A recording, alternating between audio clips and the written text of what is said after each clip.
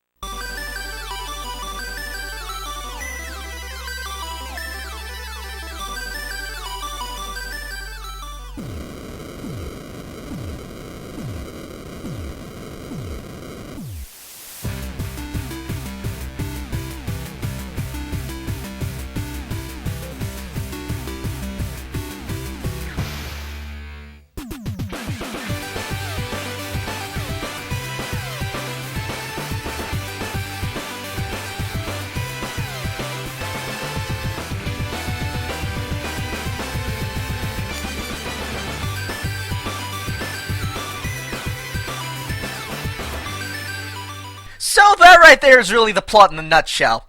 You won't get much more of the plot, really, from this game. There's not a lot of plot to it. If you want plot, go read the books or watch the movie. Preferably the books first, then the movie, because it feels better that way. So, as of recording this, the downloadable content for Wallace Wells and online multiplayer is not out. However, by the time this project is done, it should be. So, I'm definitely going to show that off, but I do have the other DLC, which is the Knives Chow DLC. We're going to be playing it on average, Joe. Not easy. Average. Because, honestly, I can't beat it on the other modes. I'm not that good at this type of game. So we're going to just play it on average, Joe. And there you see the first reference pop up. This is a reference to the Mario Bros. 2, level select screen. So we have 5 right now, because we got the DLC, playable characters. We have Scott Pilgrim, the main character. He's 20-some years old. I think he's like 20. I'm not the best well-versed in the game, or the books, or the movie. He's 20-something, a gamer, and he's in love with, where is she? Ramona Flowers, the American girl who can use subspace to do stuff. She's also works at Amazon. Next up we have his sorry, I am getting mixed up. I'm gonna be chewed out. We have his rock mate, and the lead guitarist for the Sex Bombs, that is Scott's band, Steven Stills, who is one of the coolest characters. He's just such a, watch the movie, read the books, you get that feel, you know. Then we have Kim, the drummer for the Sex Bomb band, and she is, grade A tsundere. And finally, if you buy the DLC, you can get Knives Chow, who is Scott's ex-girlfriend, a little Asian girl, who then goes crazy when he finds out that they break up, and he goes after Ramona. They're all good friends after, but for a while she tries to kill him. And since it's his game, I'm gonna play as Scott Pilgrim. However, later on, if I do multiplayer, which I most likely will, I will play as other characters, show them off. So, you also have a choice of colors for each character.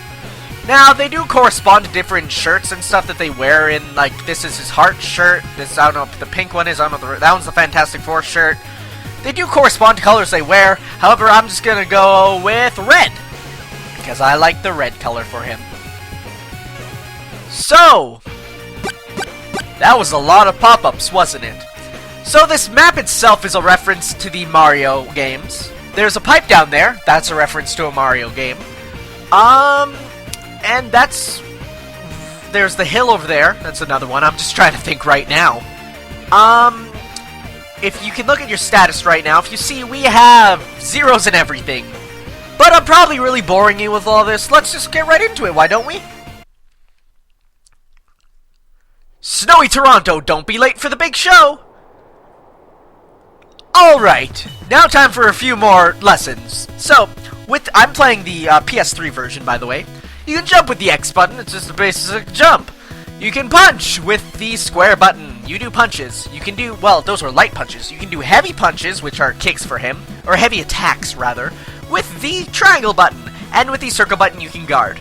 Now, two special things about this game. If you press the L1 button, you call a striker. Now, that was knife stuff you didn't see, but strikers are summons, basically, that do something special. And if you press the R1 button, you have a clear-out move. Yes, that was a Tetsumaki Senpu kick from Street Fighter. So that's basically how this game is. If you notice, the gameplay itself is a reference to the Double Dragon series. You can pick up people, pick up things, do a lot of stuff, much like classic video games. And just want you to take a close look at the money. Yes, those are elks on the quarters. That is because that is Canadian currency. This game takes place in Canada, if you didn't know that Toronto is an actual place, and if you didn't, I would feel very sad for you. But at the same time, it's understandable, because, I mean, Toronto, that's such a small name, town and everything. So at the beginning of the game, you really don't have anything that you can, if you kill enough enemies, you get glowy, which boosts your power and speed. You also pick up any object you see on the ground and use it as a weapon. Now, these guys right here, the ones in blue, they always, and I mean always, they always pick up items and throw them. That is their deal. Now, all the enemies in the game have names. Oh, here's another reference coming up, I think. I hope I pulled this off right. Basically, with this attack, you can get an endless combo. Well, not endless, it does end. And basically, you punch 64 times. The reason it did 65 was I hit one of them once. Like, I hit both of them once. So, yeah. Oh, and there is a Triforce on the box there. When I said this game is full of references, I mean it's full of references. I bet you that 25 back there is a reference. However, I don't know what the reference is. Therefore, I am not going to point it out. It has to be a reference that I know, or that I know is a reference. That could just be a random thing. Very easily. I mean, sometimes they just put in random stuff. So you guys might be looking at this and say, hey, the art style seems pretty, familiar. The art in this game is done by Paul Robertson, one of the most famous modern-day sprite artists. He recently has done work on an episode of the TV show Gravity Falls, where the episode turns into a Street Fighter spoof. And the art looks very similar to this, and it's really cool. He also has a regular blog where he does stuff, but it's all very gory porn. But it's 8-bit and stuff. It's so weird looking at it. I mean, like, we look at it and we're like, oh, that's weird. Whoops, we got sneak attacked by this guy. It doesn't seem that bad now, but when you get later on, you get some crazy stuff and you end up flying everywhere, and down he goes into there. Okay, so let's go. Oh, 3.1416. That's a reference to something, I know, but I don't know what it is. I love how the bus is going to Drunktown. It's almost like it knows everything about Toronto. I've been to Toronto. It's a nice place. And you're probably looking here saying, wow, this must take place in the dead of winter.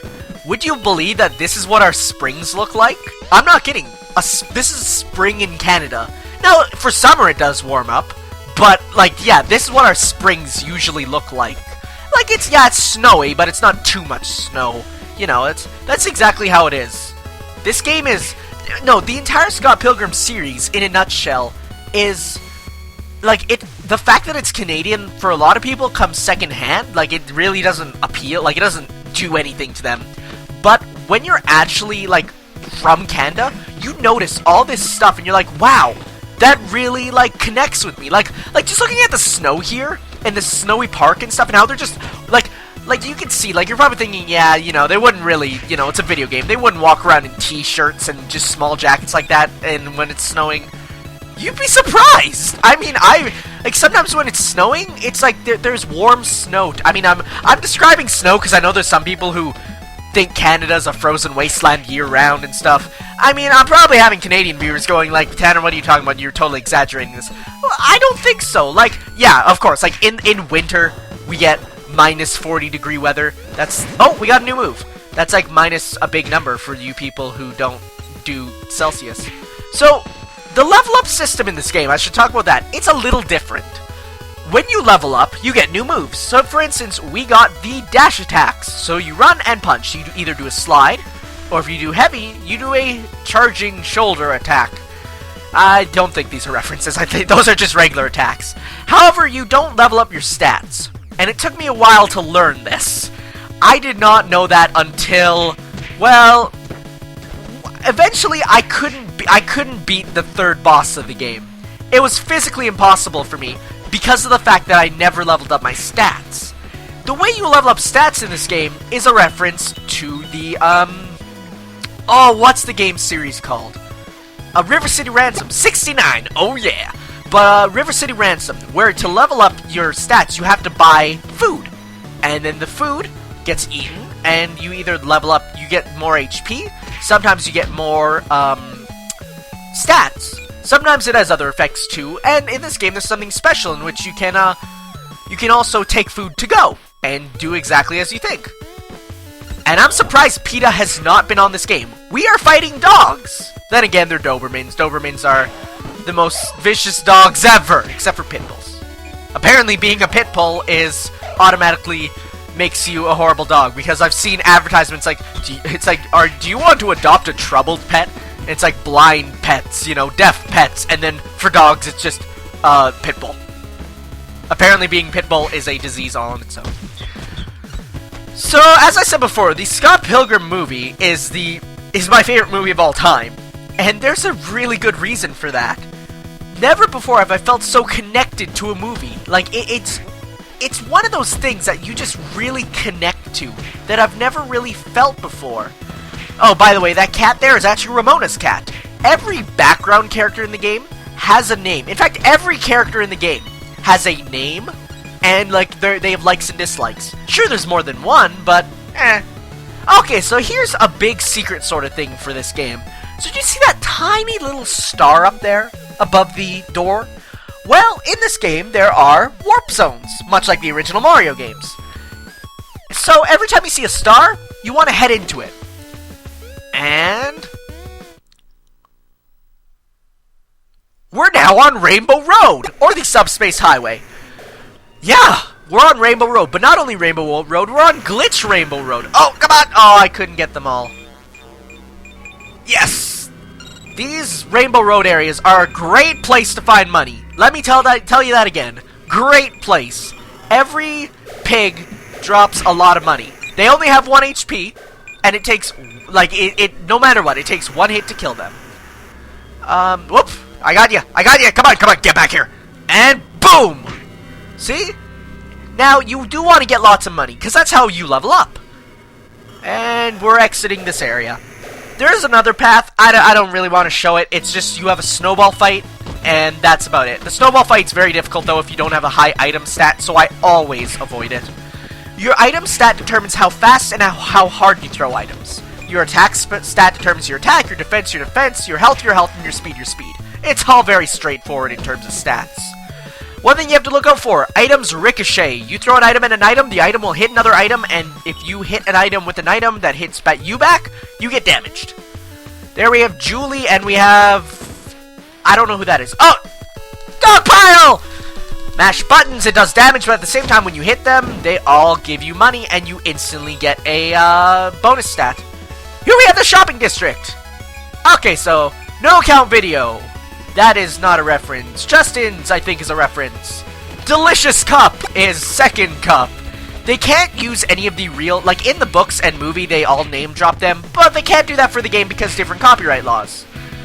But they just slightly change the names, which I love. Now, every shop, I guess I should show this, you can go into. So if you go to no account video, you can go try and look at those boobs shake. I love Paul Robertson's style. You can try to get a movie, but it says our late fees don't allow us to. So let's go to the next area. We can go into... Oh, Justin's is closed. We can go to Delicious Cup and get a... You can get some tea, coffee, espresso, hot chocolate. So let's take a look at the items that we can buy here. We got tea. To go, no. So for getting tea, you get heart points plus 10, you get experience plus 1, and you get 1 plus weapon. Now, all your stats are out of 100. So once you get 100 of a stat, you really don't ever have to use it again. Now let's see here. What does coffee do for us? We're going to be so freaking hyper by the end of this. Coffee gives you heart points, guts plus 10. Guts are special attack points. Experience plus 1, and you are automatically hyper. Oh, that's pretty good. It makes sense. An energizing concentrated coffee. With that, we get heart points plus 25, experience plus 20, and you are hyper. Also, have I mentioned I love the music in this game? Just take a listen to this song. I love it. Every song fits. Hot chocolate gives us heart points plus 20, guts plus 20, and experience plus 10. Now, I'm only buying all the items here to show you something. But if you go Ice Latte, you get plus 1 defense. So that's something. Do I get the... Oh, I don't get the trophy. You do get a trophy for buying all the items in the game at least once. Oh, we have D's Tex-Mex, which... Oh, there we go. Shopaholic. I am playing on a new PlayStation account, so you will see all the trophies. Which is good, because, I mean, we all love trophies. This is... I think this is a mixture of Sneaky D's and something else. Sneaky D's is a real place. And the Tex-Mex part is a reference to something else. Hey! That was a toonie! Because, I don't know if some people know this, but in Canada, our $2 are a coin, and our $1 too. These Tex-Mex is all that stuff, but I'm not buying anything else, because the best place to get stats in the game... Oh, there's a M-Mart. I wonder what that's a reference to. I wonder. Oh, there's another Triforce. I'm not counting it twice. We can go to the Ushi Bar, or rather a sushi bar. Yeah, just just this song track, this game has just such... Oh goodness, I should have guarded. Has just such a wonderful feel to it. Like, it's so good. So yeah, right now we don't have much we can really do. We don't have any good stats. Right here, Shockwave. This place is the best place to get stats, easily by far. The items are a little expensive, but let's take a look at how we'll buy as many as we can. We get the Clash of Demon Head, which is an NES game. We get plus 8 weapon. That's good. Now if we get Smashing Turnips, I wonder what that's a reference to. You can see it says strength-inducing songs. Get that, and your strength goes up. Plus 8. Plus 8's really good. Crash and the Boys, I'm pretty sure that's HP. No, HP. Crash and the Boys is... Is that defense? I guess so. Kupek is speed. So each of these gives you lots of experience and increases it by 8 stats. So if we go look at our stats now. Also, give this song a listen. Anybody who's played Battletoads should recognize that song. It is almost the exact same as the Battletoads level, like the pause menu thing. So we have 8 strength, 1 defense, 9 weapon, and 0 speed. Speed you really don't have to worry about that much right now. You can also go to the move list and take a look to see that. So we got the dash attack at level 2, and you can see each of these we get every level up to level 16, which is the max. You get a special or attack or some form of thing. And I was forgetting what I was gonna say. Oh right, and there are 2 special ones which you get by special ways. But we're not gonna worry about that yet. We're still at the beginning of the game. We're still in the first level. So every episode of this is just gonna be 1 level. Oh, Mecha Fetus Toys! That's a reference to the Mecha Fetus. I don't know what that is, but I've heard that name come up quite a few times. Also, that person waiting at the bus stop is Knive Chow's mom.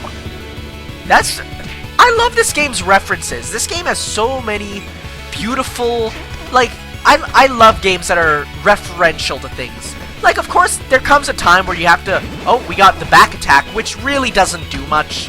If an enemy's behind you, you can press back and do stuff with them. But other than that, there's not much to it. Yeah. This song right here, it's called Another Winter. It is a great song. Oh, There's a mushroom or a toad, I can't tell. And if you go, you see that star down there, that's important. Oh, I guess I should say Crash and the Boys, which is a band in the books and everything, what am I trying to say, is also an NES game. And it plays a lot like, well, it's based off of, I guess you could say, River City Ransom. So everything's kind of coming full circle here. I mean, everything does come full circle in this. If you look over there, there's some ghosts. I wonder what goes with the ghosts. We'll have to see when we go over there. So this game's combat, I guess I was going to say if you can call it that, but it definitely is combat, is very good. So remember, whenever you see a star, that means it's a secret. So you go in there and you find Wallace's Mystery Shop. This is a reference, there's a lot of references here, I'm sorry for all the pop-ups. This is a reference to Merlin's shop in the River City Ransom game. So you can see we got Tylock's Feast. I don't know if that's a reference to, but it's definitely a reference. Ambrosia, Food of the Gods, which is really good and gives you an extra life. Bionic Arm, I wonder what that's a reference to. Never-Ending Fantasy, I wonder what that's a reference to.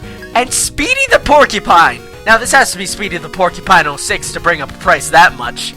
You won't be going there for a long time. See? You got some Pac-Man ghosts. Man, don't you just love the references in this game? Man, editing this is gonna be a bitch. Oh, another thing. Be sure to watch all the way to the end of the episode if you have a 3DS, because I decided one day I was bored and decided, you know what, I'm just gonna do something special. So get your 3DS cameras ready. It's gonna be, you probably already know what it is, but I'm not gonna, oh, continue. That's a good YouTube channel, but it's also a reference to classic games. Remember when games had the continue countdown? Those stressed me out as a kid. I was always so worried I'd hit the wrong button and speed up the timer. Oh, that bothered me. Combos! Oh, I did a half let's play of this, if you could say. When I did my audition for Hellfire Commentaries. I didn't get in. But I'm good friends with Tom. Well, I say good friends as in I'm friends with him on Facebook and talk to him sometimes. I'm now with the Sonic Show. So, really everything worked out in the end. And we're hyper for the final stretch. The music stops, and all we see is a door with a star on it, leading us to the Subspace Highway. If you played the games or read the books, you know what's going on. I don't know what that's a reference to, but these blocks look similar. No, get back here!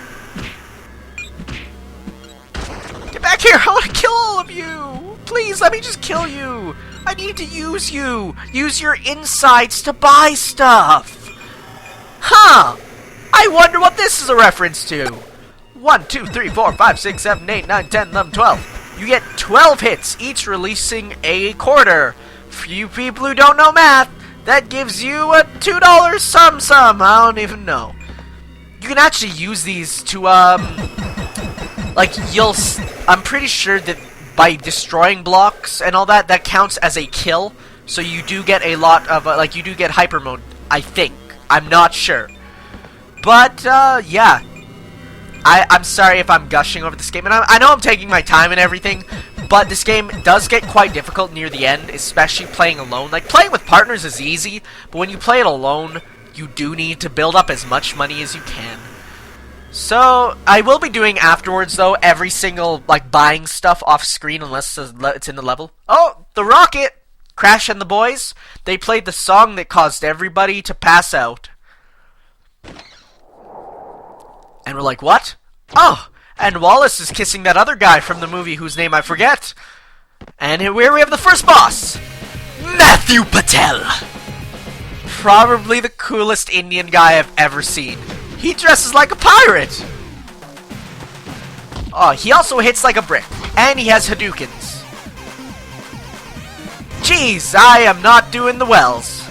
So what you want to... I am not even hitting him. What you want to do for this battle is... This is actually a really easy battle. Even if you have 0 stats, you can kill him. But around halfway through, he does switch things up a bit. And that attack apparently has no range. I'm sorry for the lack of commentary, but I am focusing. Now, Matthew Patel was Ramona's first boyfriend. And really, it was like a one-day thing. and they kissed, and nothing ever came out of that. She was the new kid in town, he was the bad boy. Here is the gimmick for him, I guess you could say, other than it being an oral battle. He has demon hipster chicks. And they are exactly what it sounds like. They are hipster chicks who are demonic. And they're pretty darn cute in this. In the movie, they're not so much. Really, there's not much you have to worry about. You just have to jump and attack. But later on, oh, he's flashing. That means he's more powerful, and his attacks are 1.5 times faster and do 1.5 times more damage.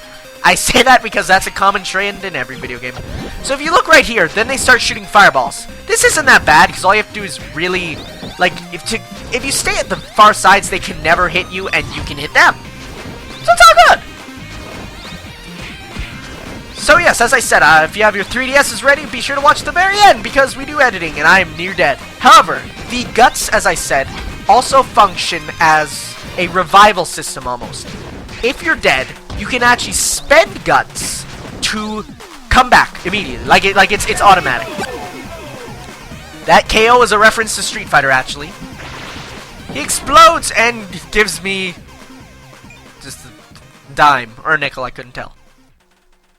And we got the new challenger, Area Clear. And we get a number of KOs, experience, money, and if you're playing multiplayer, you get a ranking. That was a Mega Man exit. That's a reference. See how many references there are? Boy, the word reference after this, you will not be able to, like, unhear me saying the word reference. You can actually go back to a halfway point, pardon me, in levels, but only if you clear it. So, this has been Scott Pilgrim. It's long.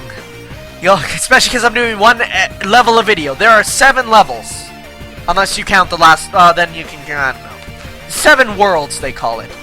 So, next time, we're going to Casalloma's film set. I think it's Casaloma, no, that's it. Yeah, that's a reference. That's a real place. And, thank you guys for watching. And, remember, I'm in Lesbians with all of you. See you all next time. Ciao.